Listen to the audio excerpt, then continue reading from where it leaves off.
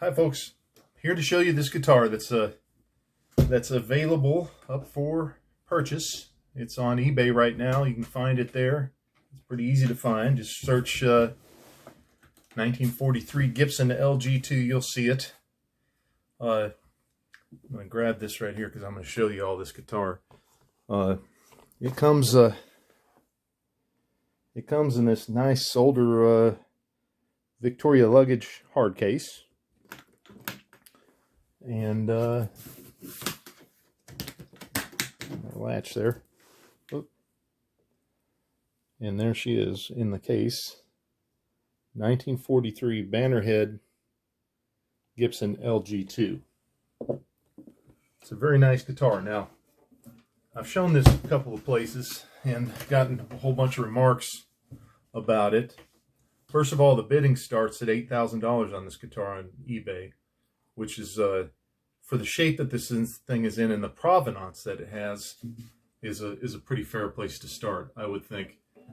Looking at other LG-2s that, especially war era ones, they go pretty regularly in the, $5,000 to $10,000 range, depending on the shape they're in. The really, really nice ones bring close to 10 grand without any kind of provenance.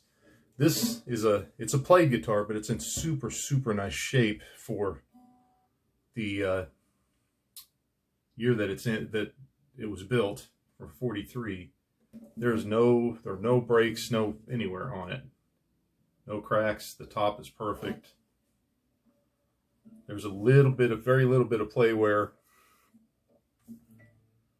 on the top, a few scratch marks and things like that. But for a 1943 Gibson, of course, finish checking on the back of the neck and everything, and you see the banner is really nice. The tuners I don't believe are original, because these came with open back tuners and these are closed back Klusons, so those got changed at some point. There's a strap button's been added to the heel that wouldn't have been there originally. But and I don't know about this, if that's original. It's a metal button. I would imagine it probably is. This thing, like I said, this is from the estate of Al Hawks of Event Records fame. Al was the president owner of Event Records in Westbrook, Maine, and this was one of his personal instruments.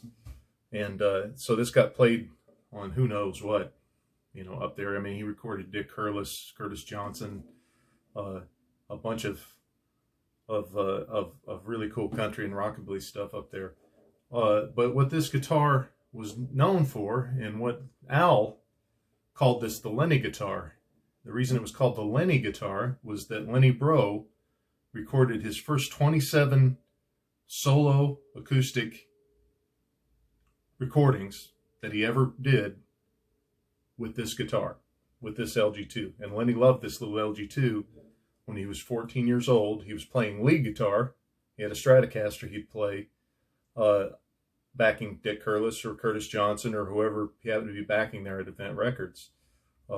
His mom and dad were country singers in the area, Hollow and Pine and Buddy Cody, and friends of Al's, and they would record at Event Studios there in Westbrook. And so Lenny, being the guitar protege that he was, at 14 years old, was hired to do a lot of, to play with these guys, to come back them up, and he plays cool stuff. But at the time, he was really getting into Chet Atkins and Merle Travis stuff. So in between takes, Al would record Lenny with this LG-2, and I'm no finger picker, but sitting there playing this little finger picking stuff, so that Lenny could hear what he sounded like. Basically, he just wanted to hear, hey, Al, can we record some? Can I grab the acoustic and we record some stuff while Curtis is out taking a smoke break or whatever? And that's what they would do. Of course, the stuff is incredible, and it was compiled. It was put out on a CD called Boy Wonder, Lenny Breau Boy Wonder, that CD. So all the songs on that CD, if you're a Lenny Breau fan, I'm sure you are probably hip to that thing. If you're not, you probably should be. But that the first 27 solo tracks that Lenny ever recorded were with this guitar. So this has always been known as the Lenny guitar for years and years. Al has brought it out for other people to play it on different sessions and stuff, and so this holds a pretty good place in a lot of people's hearts, this guitar.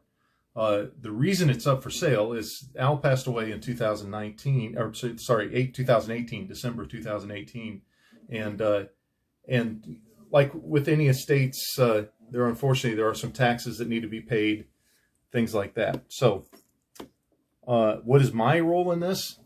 This is not my guitar. I don't own this. I don't profit from the sale of this in any way. I'm just helping out. I'm helping out a friend, Darlene Hawks, who's Al's daughter, liquidate some of his estate to take care of some of those expenses. And unfortunately, when you liquidate, you got to find the things that you can get the most value out of. This is one of those things that you get the most value out of. So before anybody comes at me, with any of your guff about why we'd be selling this, or why we would talk about the provenance of Lenny Bro playing this guitar, just know that I'm not profiting from this in any way. I'm extremely jazzed to be able to be the caretaker of this guitar until the new owner comes along. Pete, that said, a lot of people have played this guitar, so when I first put this out, that this was going up on the chopping block, a lot of folks from around Westbrook, around Portland, Maine and stuff that had played this guitar started chiming in and saying, yeah, I played that guitar. It's kind of hard to play, and it's this and it's that, kind of some disparaging things. When I got this, I don't think the truss rod had ever been adjusted on this guitar. I don't think it had ever been touched. When I got it, I cleaned it up because it had just been sitting under the stairs over at Al's for a long time. Got a humidifier in it, all that kind of stuff to keep it in really good shape. And we did some truss rod adjustments on it, a few of them, until we got the neck nice and straightened out. And this thing right now, I'm telling you, is as straight as an arrow, and the action is really good. It's not, I'd say it's, I don't know, medium-low action. It plays great. It sounds awesome. I mean, it's an LG-2. It's that X-braced top as opposed to the LG-1. So that's a G chord. That's loud and clear as you can get.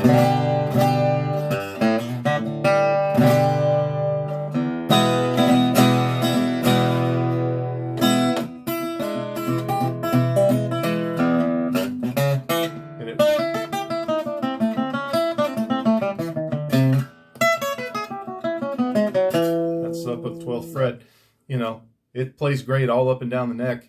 It sounds wonderful all up and down the neck. There's the only thing that I've been able to find is maybe some of these, like the G string on that last fret, you got a little bit of buzz, because I don't think it's ever been refretted either. So, like if somebody was really into making this a super, super great player, I don't know if you'd want to refret it or even just go get the frets leveled, something like that. But it plays great. I wouldn't even mess with it.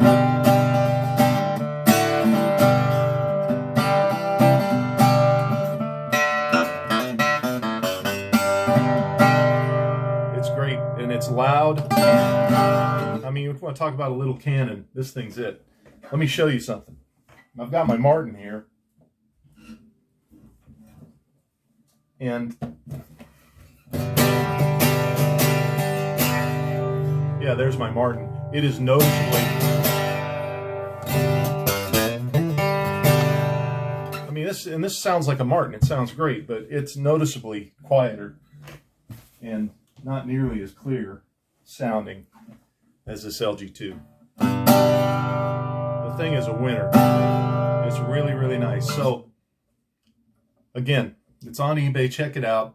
I just want to do a video to show all the naysayers out there what a nice guitar this is. You check out the action, the neck. I mean, it's super nice. It's a super, super nice Kalamazoo growl made. Well, those gals were making guitars while all the guys were off to war, and they made some of the nicest Gibson acoustics during the war years there in Kalamazoo, Michigan. And with this banner head, LG-2 is definitely one of them. So check it out. There's the story. You can private message me if you've got questions about it. you know, the provenance is word of mouth from Al and all the people that played there and all that kind of stuff. But we can get letters and things like that if somebody wants them.